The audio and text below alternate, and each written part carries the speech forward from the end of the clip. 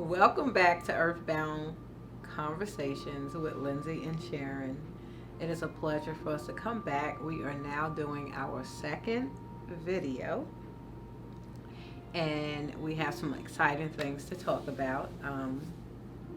Let's have Lindsay say a few words before we get started. Yeah, I'm very excited. We pulled some cards last night about what we should talk about, and they were very exciting and very encouraging and kind of gave us a note into what collectively people are going through and just trying to align with what people need who are going to see this. So I'm very excited for what we have prepared. Yay! I think I just want to start out with a little, in the background we have a little bit of music playing. You may or may not be able to hear it. But I just want to start out with an encouraging word. We are going through many shifts planetarily. For those who are into the astrological side of things, the spiritual side of things, or whatever your religious belief may be, it's a very intense time on the planet. We are going through the seasons of the cycle, which means we are revisiting some things that we might need to heal, that we think that we were over, and we are being tested. On all aspects. It's a good thing though. So be encouraged and know that everything is going to be okay. As I have been warning people for about 6 months, that March and April would be that phase of tasting the rainbow. And what I mean by that is, if you have been doing your personal work on a mental, physical, spiritual, emotional level, when those Skittles start to rain down, they will either feel soft or like hard pellets, depending on what the lessons are that you need to learn at this time. So this is more a time and a season for us to take a deep dive, even though this is supposed to be everybody's looking for the new year. This is the shift that's happening right now in the months of March and April, and it's been intense. We could see that in the media, the news. We could see it in our personal lives. We could see it in our health. We could see it in mental stability. You could see it in finances, or even just people still having that bleed over effect of the pandemic and things being shut down and trying to get back to what they think is normal, which may not have been that normal as we know it now anyway. It pushed us out of our comfort zones. So this is more what this is about. It's really shifting, and we are shifting from third dimension into fourth and fifth dimension, which means we're going into different spiritual realms, and we are being asked to trust and release. This is causing manic depression, anxiety amongst a lot of people, but this is where trust and faith has to kick in into high gear. So that's how we're going to start out, and then I'm going to hand it over to Lindsay. Yeah. I was going to touch on the cards that Yes, we pulled. yes. So, yeah, we pulled some tarot decks from a tarot deck. I have the Angels Tarot deck over here, and it's a little more non-traditional, but I really like it because it has like a soft fairy energy. And so I remember the first card that had came out was the Queen of Water, which is the Queen of Cups. And and then after that, in the deck, it was the Eight of Pentacles with it. And then was it the Five of Swords after? And then the Nine of Swords.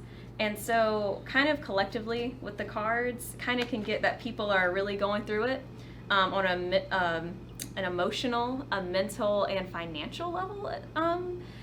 Especially with the fact of that Nine of Swords coming out, which is about a lot of worry that isn't necessary. Sometimes anxiety, sleepless nights, depression. Yes. And a lot of it being, am I going to be able to be okay during this? How am I going to be okay financially? Can I really trust what my heart's telling me to do?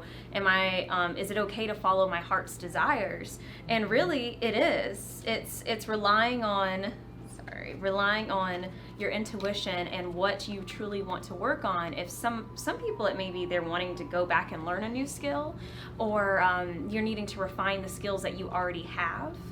And as well, trusting the skills you have to keep you afloat financially. And don't be afraid to do what feels right and not what you're saying, but I should be doing this instead. This doesn't make sense.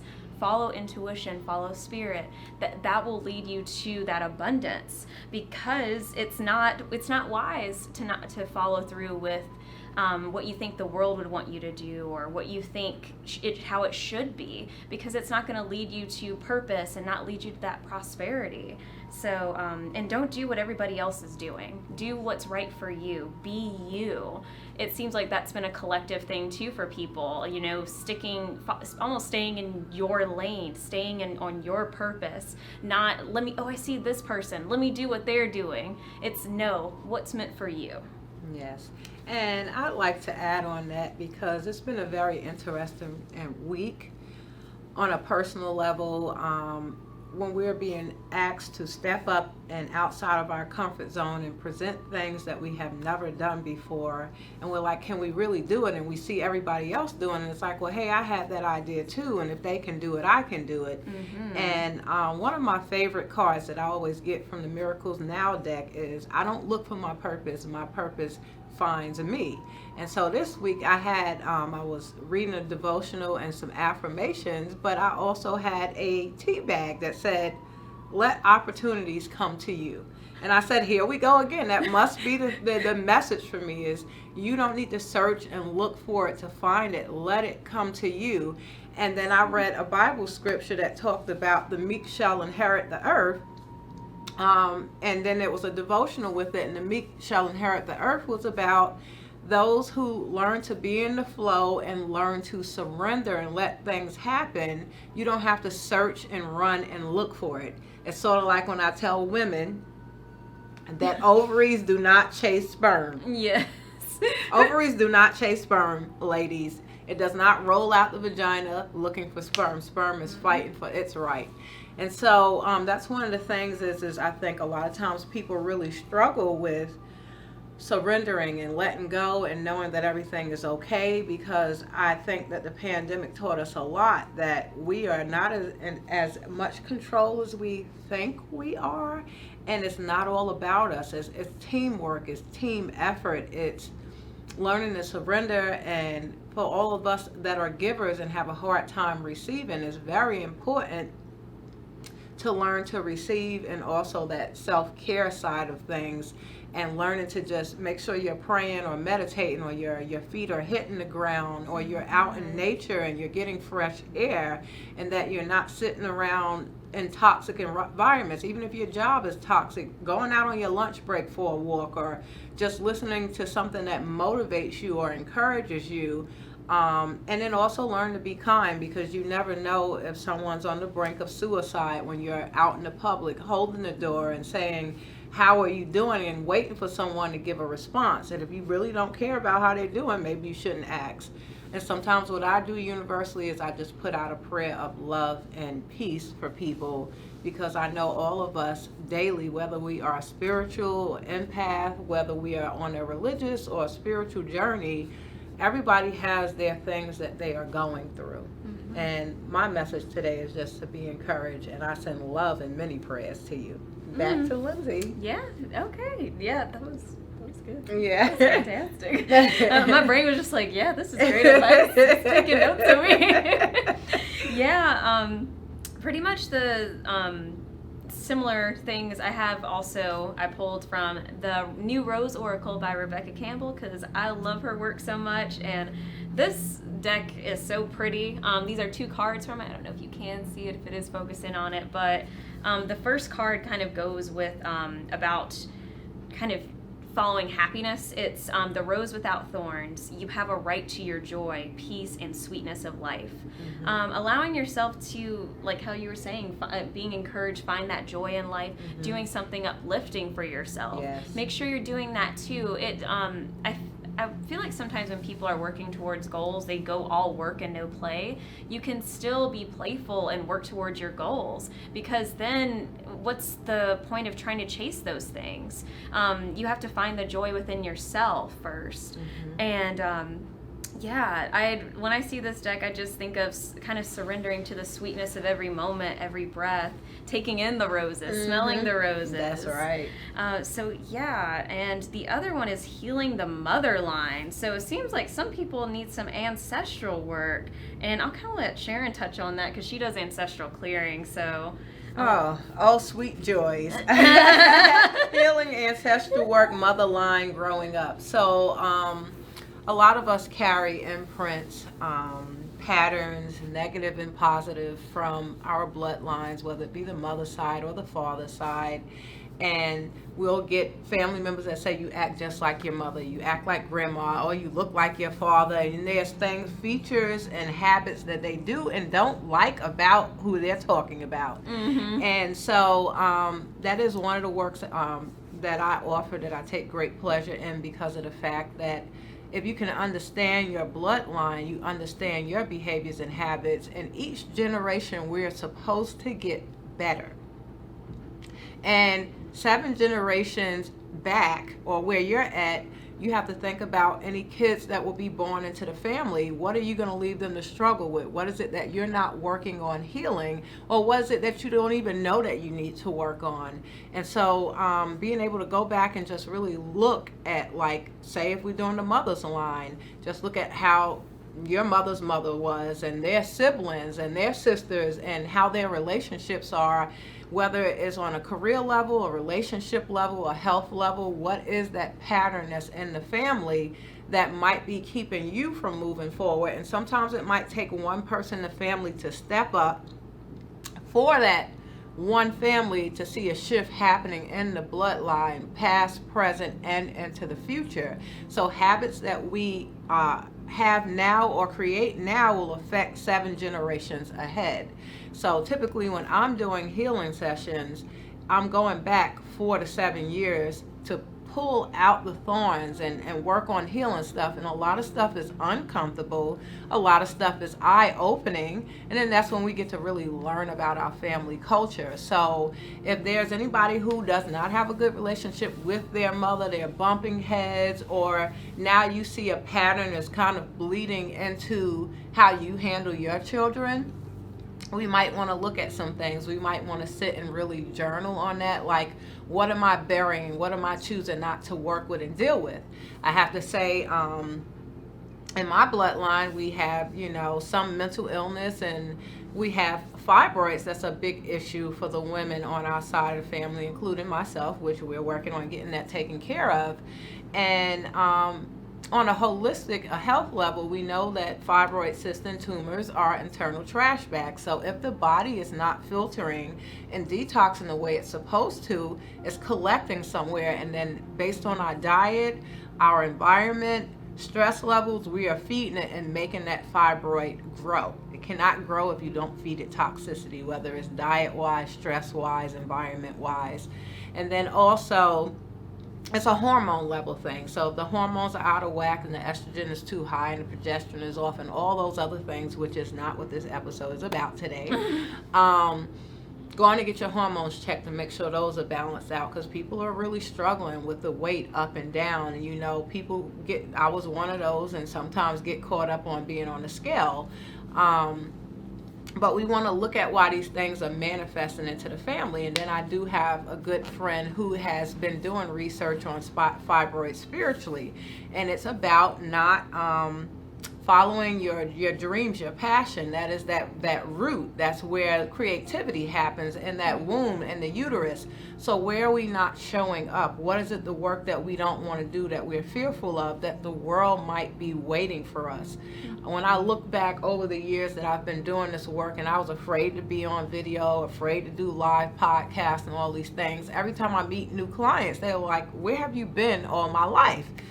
And I said, unfortunately, I've been hiding. I was afraid to show up and afraid of judgment, that people would judge who I was, because I grew up in a Christian background. I mean, I still go to church here and there. I still read devotional. I still love my praise and worship. However, I felt like there was things that I was not learning outside of that arena. So I had to get more on a spiritual journey and be more open-minded on a body, mind, spirit level, to be able to heal myself, heal my family, and to help other people heal around me. So going into the bloodline is very, very, very important. A lot of us we'll talk, it'll come up in conversation here and there that, oh, well, my mother's like this, or my grandmother has this pattern, or my father was into hunting, or my grandpa had a farm, or, you know, I had a family member that was this, or we have CEOs, or we have this person in the military. We all have patterns within our bloodline, and what we want to do is enhance on the strengths and also continue to work on the weaknesses so that they don't bring us down in the long run. So it's a nice balance. I've been doing ancestral work on myself personally, just trying to clear layer after layer, because as you heal one thing, something else comes up. It's like peeling back that onion. You want to talk about that part? Oh yeah. So yeah, when was it? February? Yeah. No, it was late February or early of this month, March, where I had an ancestral clearing with with Sharon, and it was very interesting. Oh my gosh. Like it seems like over the past few months I've been peeling back of what is it that's holding me back personally with the belief around money. And we've been working on it for, you know, a while, and it's like, where is this root? And finally in March, when we did an ancestral clearing on my mom's side, it was eye-opening, and it felt like finally that layer got pulled back as we were trying to uncover. But it was until it felt like I was ready, and until things kind of lined up. I don't know. It was very interesting, and the layers of it. Sometimes on those healings right before it, I'll get information from my family members of like, oh, you know, this such and such happened to our family member, and it's like, what? No one told me that. That makes a lot of sense then. About some of the struggles of them. And yeah, it seems like when it's time. When you feel the calling to do it, answer it. And it seems like some people are really being called toward it. So yes. Yeah. You have cards. Okay, so I have cards from the deck, Loving Words of Jesus. The first card, it says, let not your heart be troubled, neither let it be afraid. John 14:27. There's no need to fear. Again, this is that anxiety I was talking about. Typically, if there is fear, there's lack of faith. And then there's somewhere we want to be in control, and we're not the ones that are in control. We're learning that, right? Mm-hmm. And then the next one is, according to your faith, be it unto you, Matthew 9:29. So if you don't have the faith of a grain of a mustard seed, and you don't believe that positive things and big things can happen in your life, then guess what? It probably won't. Because the laws of attraction is, you might be saying, oh, I want this thing, but in your head, you're beating yourself up that I don't deserve those things. And so then you're sending mixed messages out to the universe. And the last card, what things soever you desire when you pray, believe that you receive them and you shall have them. Mark 11:24. Again, believing that you can have it, which goes into the Manifest in Abundance, the class that I have coming up on April 13th. It is a 3-class series on Manifest in Abundance, and each class will touch on different areas of being abundant in all areas. We'll touch on career and money, we'll touch on relationships, we'll touch on health. And so it'll be broken down. So that is coming as well. Lindsay has helped me to at least get the advertisement out. And so now I got to get the material ready. But it all kind of flows, that you have to believe it. You have to have faith. You have to know how to manifest what it is you want for it to happen. And people tend to be fascinated, like, wow, how did you get that? Oh, I need to give you a phone call more often. When I speak to you, these things happen to me. Oh, when I'm around you. So one of my things is I always say the bleed over effect. I love, love, love that if you are in my company or in my circumference or surroundings, that bleed over effect of blessings can flow for you too. Even if you are not around me, but if you are influenced by the work that is being done. I do my best. I'm not always perfect. And sometimes we have to be mindful of what we are asking for. Is it for our best and highest good? Because sometimes we ask for things and by the time we get it, it's like, oh, well, I didn't want that. We learn to be a little bit more detailed. So asking is given, seek you shall find. My prayer is God send me what's best for me in the long run. That way I'm not caught up on tunnel vision in the right now, because 6 months from now it could be different. And that's another thing when I'm talking about walking and stepping in faith and being in surrender. It's just like every day when I start my day, I have it planned one way, but then I always tell people leave room for God, because those plans can always change.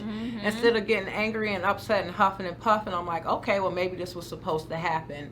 And I find the more that I'm in surrender, even though I want to be irritated and rolling my eyes and sometimes ready to curse people out, I learned that, okay, what is the lesson in this for both me and that person or those people?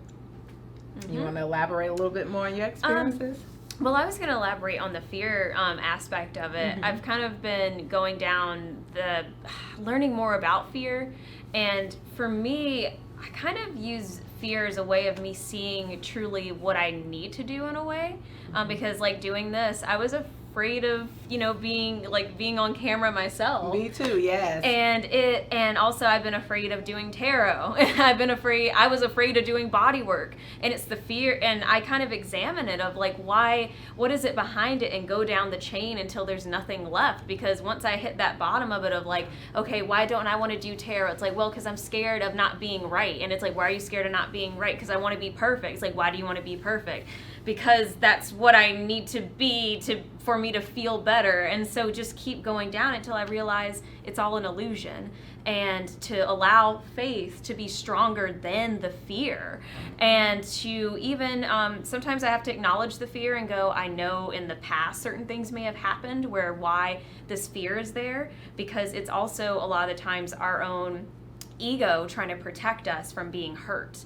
And I acknowledge, thank you for trying to protect me. However, I want to move forward in faith. I want to move forward in my purpose. That's what I want more than to be safe. Because sometimes being in that comfort zone, being in that comfort zone is not going to get you to your purpose. It takes being uncomfortable. It takes being vulnerable. Being naked. Yes.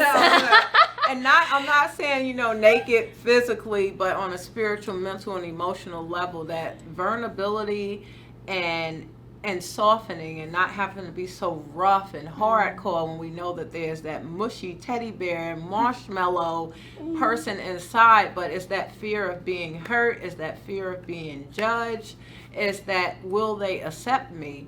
What I have always find is, I always tell my clients to pray to be in the right place, right time, right opportunity, on purpose. However, knowing when to take the opportunity, because I'm one who can talk myself out of a paper bag, or like, is this a good opportunity? Or are they trying to one up on me? Do they have an agenda? And I mean, this is where the spirit of discernment comes, and this is where rest is important, because sometimes we make a lot of erratic decisions based on emotions, or half the time we are exhausted, we're tired, we're not given our chance to recover. And then when we make a decision, it was like, well, what was I thinking? Because I wasn't thinking. And if you don't catch yourself, you find yourself having a chain of events, and then people start looking at you like, I wouldn't have done that, or why did you do that? Or somebody stop me. So it's been very interesting just to see how feels like how we would say fascia or web feels so tangled, and you're having to dissect and be soft and gentle with it to not tear the very fibers. And a lot of people are having tower moments. Full blows on a mental, emotional, physical level. It's whole beliefs being like just thrown out. Crumbled, like, yes. Yeah, and it's your foundation of who you are a lot of the times, and you're like, what do I do now? Like this is what I believed for how many years of my life? Yes. Sometimes since you were just a child, and yes. So a lot of people are just even having that, not even on a physical thing of having something taken away physically. Yes. And and I've been feeling that too. It feels like you're having to sit down and be like, what do I really believe, or what beliefs do I need for me to get to the destination I want to go, which is I believe I can do it. I believe I can prosper. I believe I can learn this new skill. I believe that, God is watching out for me. I believe all of that. Mm-hmm. So, yeah, it's a lot. I will say that on this journey, sometimes I say when I'm going through things in my life, or a lot of things are happening at once, and we're trying to find balance, I'll say, this is some life, isn't it? And I'm like, for those of us who do and don't believe in past lives or that we've been here before, would I want to come back and do this all over again? So I'm like, I always say it's not that hard to do the right thing, just do it. Don't do things because you know you can get away with it. Do the right thing. Be in integrity, you know, because you will draw positive experiences around you. And I would say being mindful of who you keep around you, the company you keep. If you're around people who are cursing or getting high and doing drugs or alcohol or gossiping and negative all the time, then guess what? Y'all, the birds of the feather, what do they say? Flock together. And so, you know, I'll say in the past 3 or 4 years of being in a physical location, business-wise, my clientele has really shifted. My prices have shifted. I have, you know, found my worth. I found that I would give above and beyond, and I was just exhausted and tired and drained and complaining about it at the end of the day.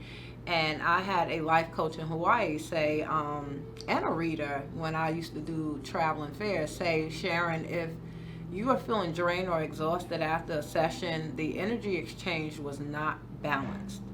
And if they are not willing to balance the energy exchange, even if you put all that work into it, they are not going to reap the fruits of the labor or the benefits of what you gave. So that means you're still wasting your time. A lot of people are not ready to cope with and hear the truth. Some people like being lied to. And granted, here and there, it's hard for us to face truths. But even when I was in college and I would coach and counsel my friends, I would always say, do you want the real deal or the buttered up version? If you want the buttered up version, I'm not the one to tell you that story, because my job is to love and to care for you. And I had a client ask me, well, what's your satisfaction when you're doing body work or you're doing the work that you do on people?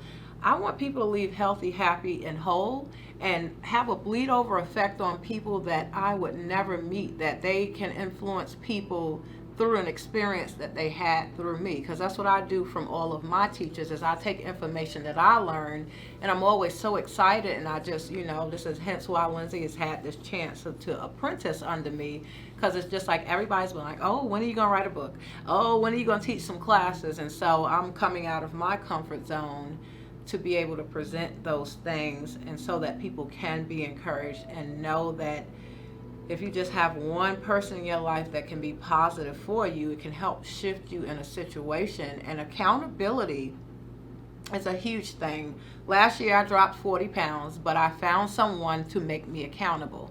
At first it was the price of the program, and then it was the results with the program, how great I felt with the program, and then all of my friends and clients and people who have seen me go through the journey. And just a little bit of effort will take you a long way. And sometimes you have to turn down things. You got to talk to that devil and say, I'm not going to eat them pancakes. I'm not going to eat that donut. You know, I'm not going to have them French fries because I know my stomach is not going to be not right. Not going to have that taco from Jim's Tacos right down the road. That's right. And you know, you're getting on the scale and you're like, it's not moving. Well, your thoughts, behaviors, and patterns are not stopping either. So something has to change.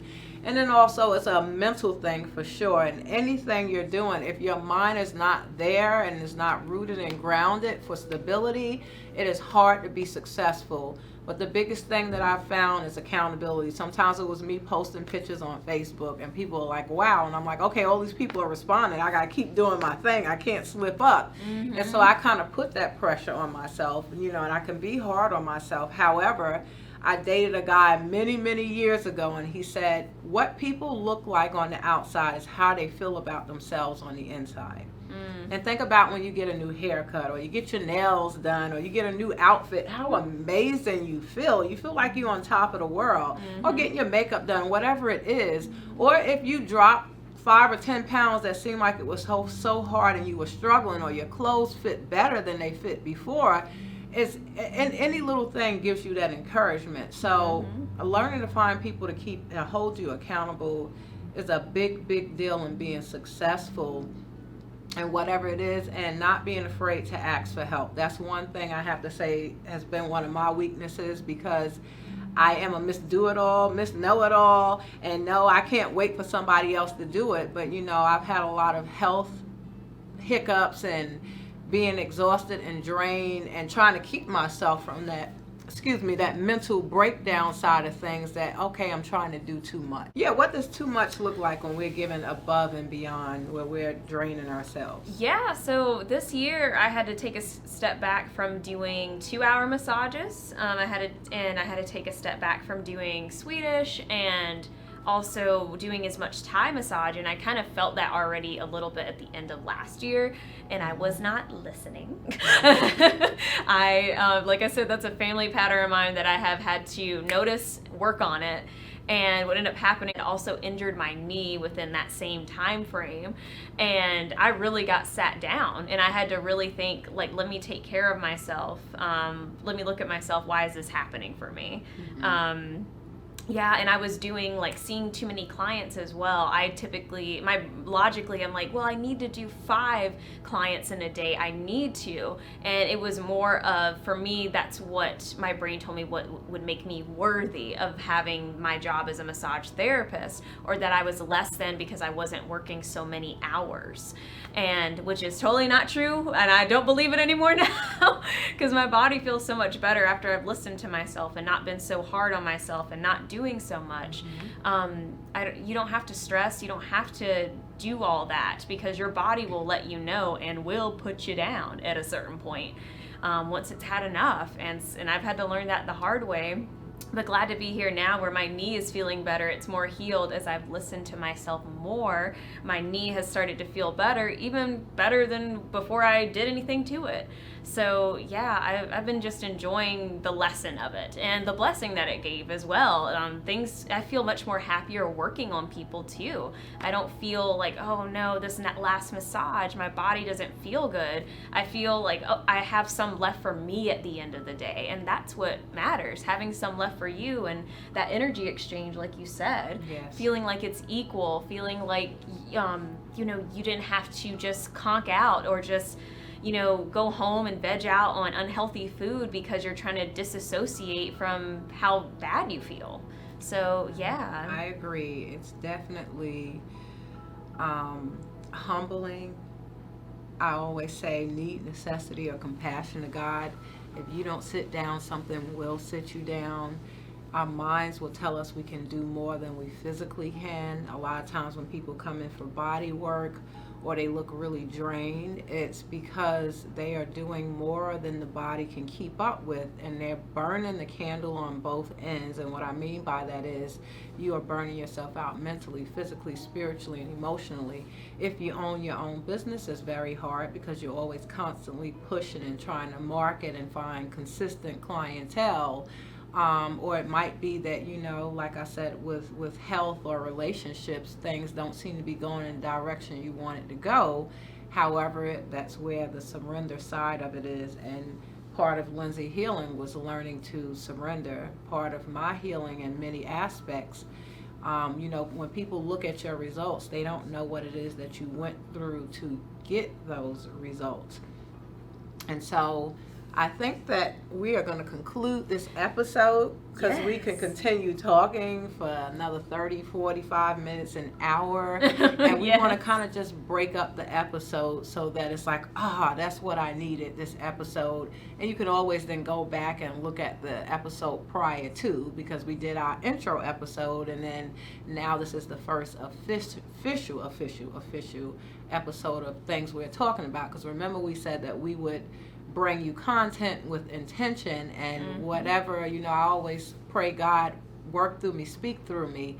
And so we kind of channeled in last night on what we wanted to cover today, and then kind of freestyle the rest of it. We didn't have a notebook this time. Yeah, no bullet points. And then before we knew it, our recording was up. Like, oh shoot, we ran out of time just like that, because we really enjoy what we do. We have great conversations like this all the time, and we want to bring this and present this to the world. So we're asking that you would click like, share, and subscribe.